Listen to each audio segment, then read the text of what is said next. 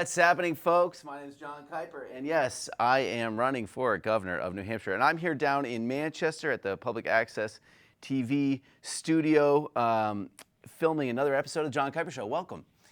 So today I wanted to talk a little bit about, I want to start by talking about the pledge, which, if you don't know, the pledge is a pledge that candidates for governor have been making for a long time in New Hampshire. And the pledge is that you're not going to create a sales or an income tax. And I don't know, I'm not exactly sure how far the pledge goes back, but it's a ways back. And we have not had a governor who has not taken the pledge in a long, long time. And the fact of the matter is, I think the pledge is really stupid. And I'll tell you why. I'm a restaurant owner, okay? And that means every month I collect a sales tax, and it's called rooms and meals tax.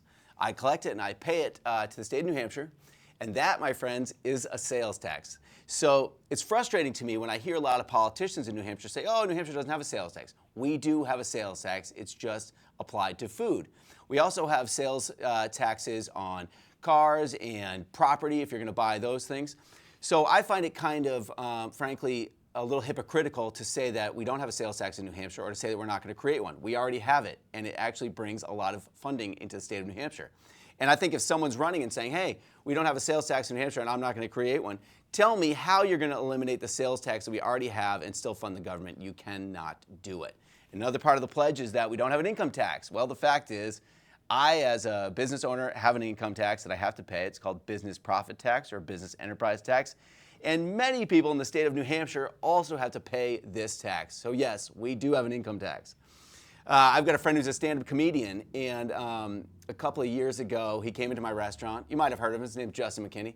He came in and he said, Johnny, I just got a letter from the state of New Hampshire. Apparently, there's an income tax, and I didn't know about it. You see, my friend Justin is an LLC. You know, that's how he conducts his business, so therefore, he has to pay income tax. So yes, we have an income tax. And that's why I get so frustrated with the pledge, because you've got politicians saying, you know, there's no income tax, there's no sales tax. This is just a lie. And really, frankly, it's a bit of a slap in the face to all of us restaurant owners and business owners who are paying these taxes to say that they don't exist. It's gaslighting. It's totally crazy. So I'm not taking the pledge, but at the same time, I'm not here presenting to you a sales or income tax because I know that would not get me elected. But I think it's really important that we as politicians and people running for office are transparent with the people of New Hampshire. We have an income tax, we have a sales tax, and frankly, those provide income to the state, which we need to operate the functions of the state of New Hampshire. Because the fact of the matter is, it costs money to have roads, it costs money to have clean water, and to have schools, and all of these things that we as society have decided that we want to have. And we have to have ways for paying for them. And one cool thing I have seen in my run for governor, which has been 5 or 6 months, is as I've been talking to people around the state, and even Republicans and libertarians have said to me, I never would have thought I'd say this, Johnny, but my property taxes have gotten so high, I'm willing to talk about a sales or an income tax if it would bring this other property tax down. We've got old folks who are telling me that they paid their mortgage off years ago, and their property taxes are now as high as their mortgage was a couple decades ago. And people are getting priced out of their houses because their property taxes are just unsustainable. So I think part of my run for governor was to talk about how we do have a sales tax, we do have an income tax, and how we are obviously getting, I think most of us are really feeling the pinch on the property tax. And I think it's good for us to start discussing taxes in a general way and discuss how we want to levy them and how we want them to function and who should pay more and who should pay less, etc. So with me today, I have a friend, Nicole Leapley, who has been a state rep in Manchester for one term. One term. What ward are you in? 11. Well, it's 22. Okay, Ward for 22. The state. Right. Okay, and you are on Ways and Means Committee. Do you want to talk a little bit about that committee and how you got involved in New Hampshire politics? So I got involved in New Hampshire politics because I had a friend who was a teacher in Manchester schools, and she didn't have a contract. And I was a teacher at St. Anselm College at the time, and I said to my friend, "What? Who's responsible for making sure teachers have a contract?" And she said, "The school board." And I said, "Oh." And so I felt this calling to run for school board. I have 2 kids in Manchester's public schools. I think our teachers are great, and I think we should keep them, and they should have a fair contract, which all of the unions are under contract now. I served on the school board for 2 terms. So that's how I got involved, because I felt deeply committed to my community, and I felt like we weren't talking about the issues that mattered. We were talking about a bunch of stuff that didn't matter.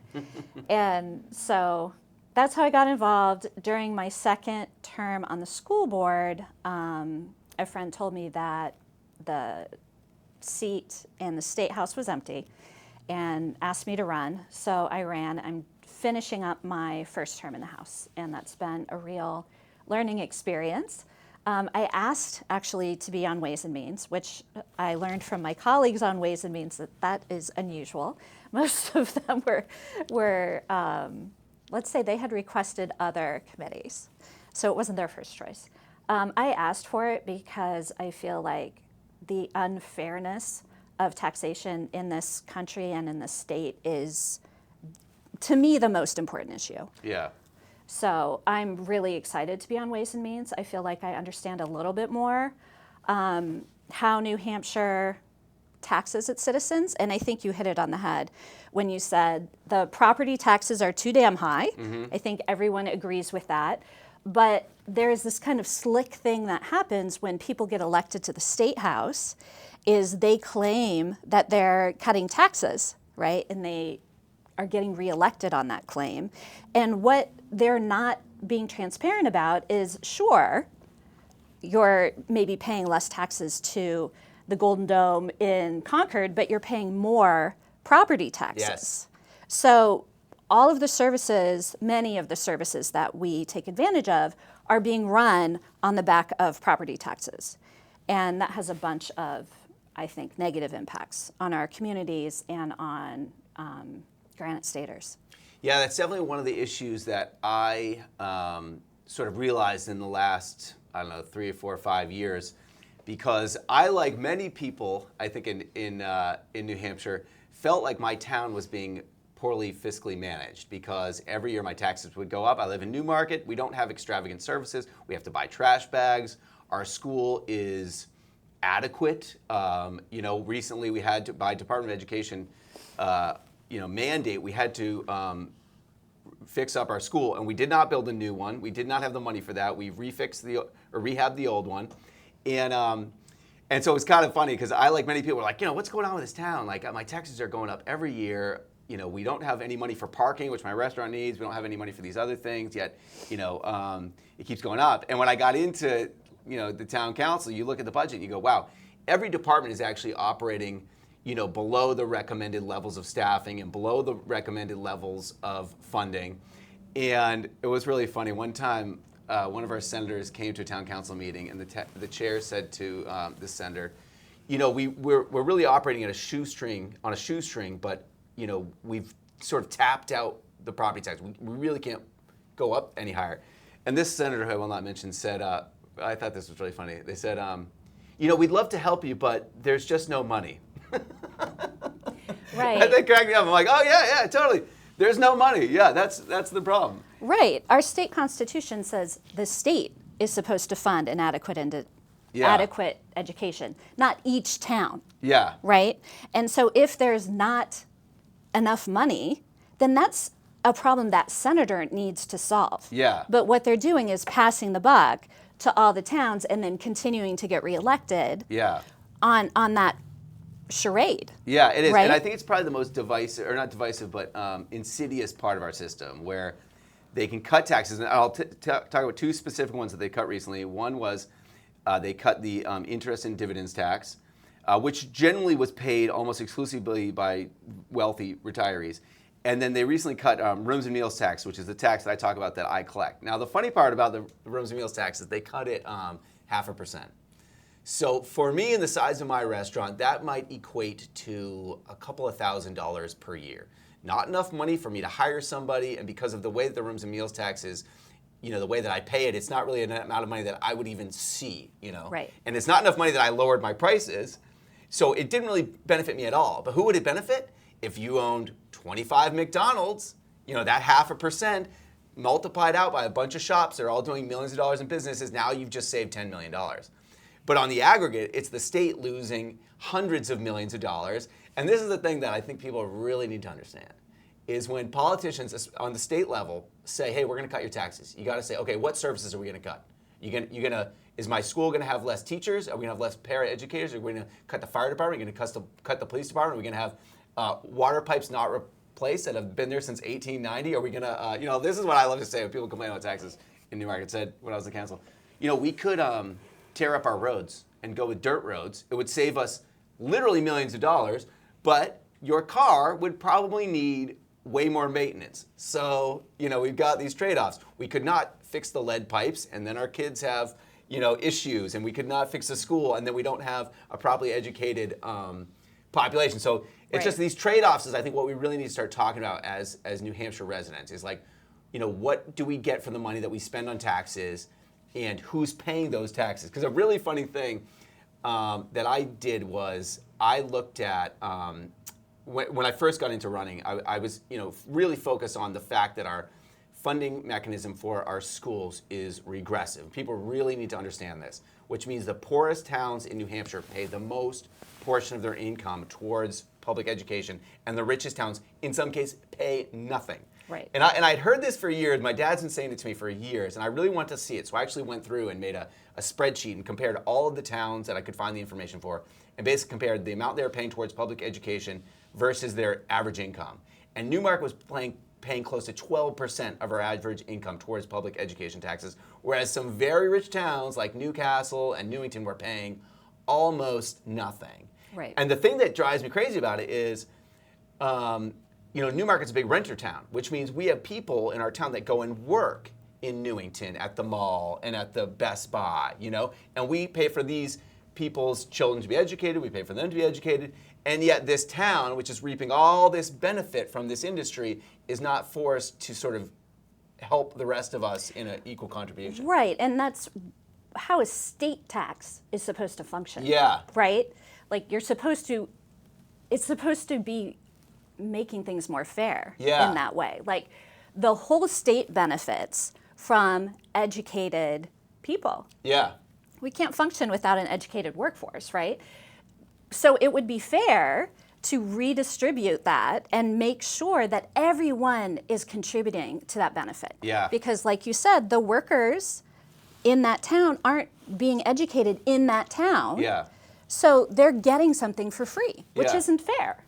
The other thing I want to go back to that you said, I think it's, the one question is, what services are you willing to give up? Yeah. The other question is, wait, whose taxes are we cutting? Yeah. So the I&D tax, which you mentioned before, that tax you only pay on interest and dividends above a certain amount. You have to bring in a certain amount just from dividends and interest to even pay that tax. And the analysis I saw was that you would need to have $14 million invested to get enough money back to actually pay that tax. Yeah. So my question would not just be like, what service are we going to give up? But wait, whose taxes are you cutting? Because they're not mine. Yeah. And I think that's the other sleight of hand, right? Yeah. Like you mentioned with, these international corporations like McDonald's versus a locally owned restaurant. Yeah. Like who's benefiting? Are we evening the playing field for our own locally owned, locally tax-paying groups, or are we making it even harder for them? Yeah. Which doesn't seem like the New Hampshire way to me to favor these outside corporations. Well, and especially when you look at just the amount of money that a company like McDonald's could spend on lobbying, or in donating to campaigns. I think that's really important, where you start to see the overlap between who benefits from the government's tax cuts and who is donating to the campaigns of the people that are cutting the taxes. And I think one of the big problems we have in New Hampshire is, frankly, lack of, there's a lack of media attention. All these things happen in Concord, and it's almost like happening in a vacuum. And when I go around and I talk to people and I say, hey, do you know about the education freedom vouchers, for instance? This Republican basically, in a way, taking the public money, theft of the public education funding and giving it to private schools that frankly do not need help with funding at all. Right, and our Constitution says that our taxpayer money will not go to fund religious institutions, specifically religious schools. And they found this workaround. Oh, well, we're not paying religious schools because we're giving the money to the parents, right? Yeah. But it is going to, in some cases, religious schools. Yeah. And that money is, it's not like, oh, we're only going to pay $10 million for this kind of private education. It's not capped. They're spending like $100 million on private education, and out the other side of the Senate's mouth or the House's mouth, we hear we don't have any money. Yeah. So which is it? It doesn't seem fair. To go back to the taxes, I think you're right, and I think it's really helpful to remind folks that the pledge is about income taxes and sales taxes, or it used to be.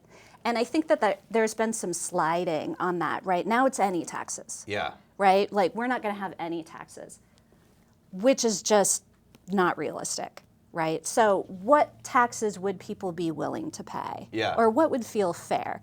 And New Hampshire has kind of said, we don't want income taxes. Okay. We don't have to fund the government that way. Yeah. But we do have to fund the government. Yeah. So, what taxes do we want to either keep or put back in? I personally would say, well, the I&D tax seems fair because if you look at New Hampshire taxes, it's super regressive, right? Yeah. The poor folks are paying a higher percentage of their income towards taxes than the rich folks in New Hampshire. Yeah. That doesn't seem fair. And, having the I&D tax is one way to make the wealthier pay more of their fair share. Yeah. The other thing, sitting on Ways and Means, that you learn is like our tobacco tax actually is a pretty big tax in this state. It generated $218 million. Wow.